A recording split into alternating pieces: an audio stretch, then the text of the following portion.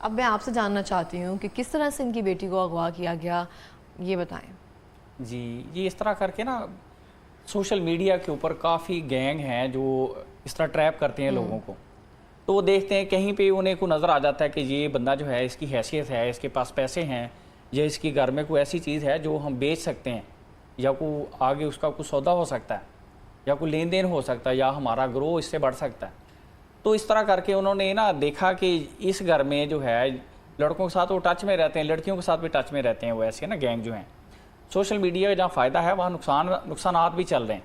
तो ऐसे लोग जो हैं अब इस तरह लोगों को ट्रैप करते हैं।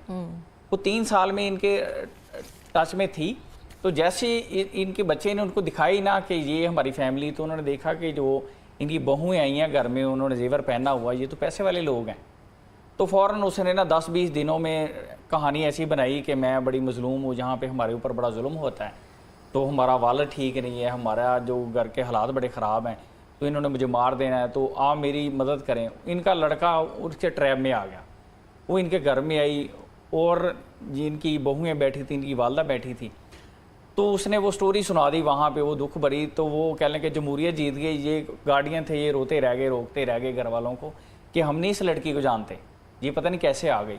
घर वालों को उन्होंने ट्रैप किया और अगले दिन उन्होंने फिर उनकी शादी कर दी। बच्ची कैसे अगवा हुई उनकी? हाँ, फिर उसने क्या किया, जैसे जैसे उन्होंने पीछे रिट की कि हमारी लड़की अगवा कर ली उन्होंने, तो फिर वो जो इनकी बहू बन के आई थी उसने इनके हक में बयान दिया कोर्ट में कि मैं अपनी मर्जी से हूँ, मैंने कोई ज्यादती नहीं की किसी के साथ, कुछ चीज़ें चोरी नहीं करके ले गई।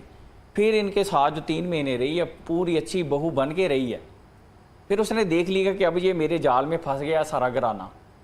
फिर उसने इनके माइंड में डाला कि अब मैं ना घर बैठे मोटी हो रही हूँ, आप लोग बड़े अच्छे हैं, बड़े फरिश्ते जैसे लोग हैं, तो हम लोग ना सुबह सैर के लिए चले जाया करें। तो इन्होंने कहा ठीक है, कोई मसला नहीं, सुबह आप घर के सामने सोसाइटी है वहाँ सैर के लिए चले जाया करें।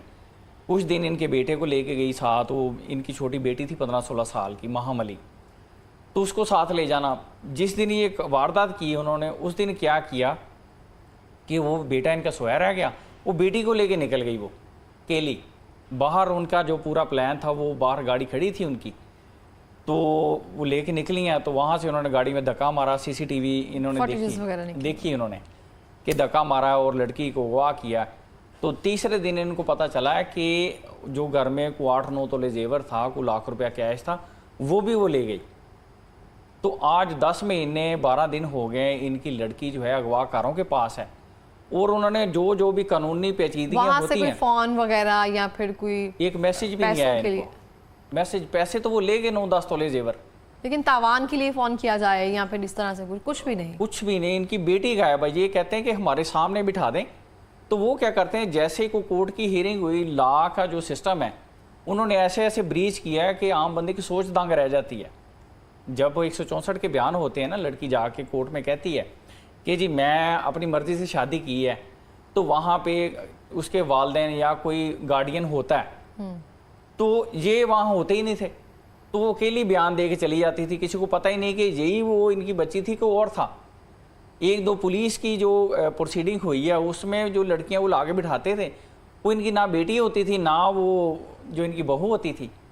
ये कहते थे हमें अपनी बेटी का बहू का नहीं पता, तो वो कहते थे नहीं जी असी नहीं देनी, असी गवाह कर ली, जो करना कर लो। ये वहाँ पे बात होती रही है KP के पुलिस में जाके, और बड़े बड़े SP लेवल के लोग, बड़े बड़े IG लेवल के लोग हमने वहाँ बेबस देखे हैं। तो अभी इस पे केस पे क्या पेशरफ चल रही है? कोई कहीं पे छापे मारे गए हैं, कहीं सुराख मिले हैं, कुछ ऐसी सीन?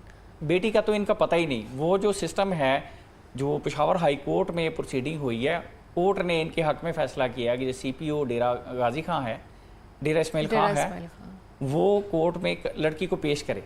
अभी वहाँ छुट्टियाँ चल रही हैं, तो मैं आपके चैनल के ज़रिए ये पैगाम देना चाह रहा हूँ IG पंजाब को, IG KPK को, और मरीम नवाज साहबा जो CM पंजाब हैं, और अमीन पुरगंडा साहब जो हैं KP के CM हैं, इनको कि आप कोऑर्डिनेशन करें और FIA डायरेक्टर जो हैं वो इसके ऊपर नोटिस लें और लड़की को बाजियाब करा के चाहे दारुलमान में रखें या कोर्ट को इनकी कस्टडी है सेफ वहाँ पे रखा जाए, या वालिदैन के हवाले कर दिया जाए जब तक कोर्ट की प्रोसीडिंग नहीं होती।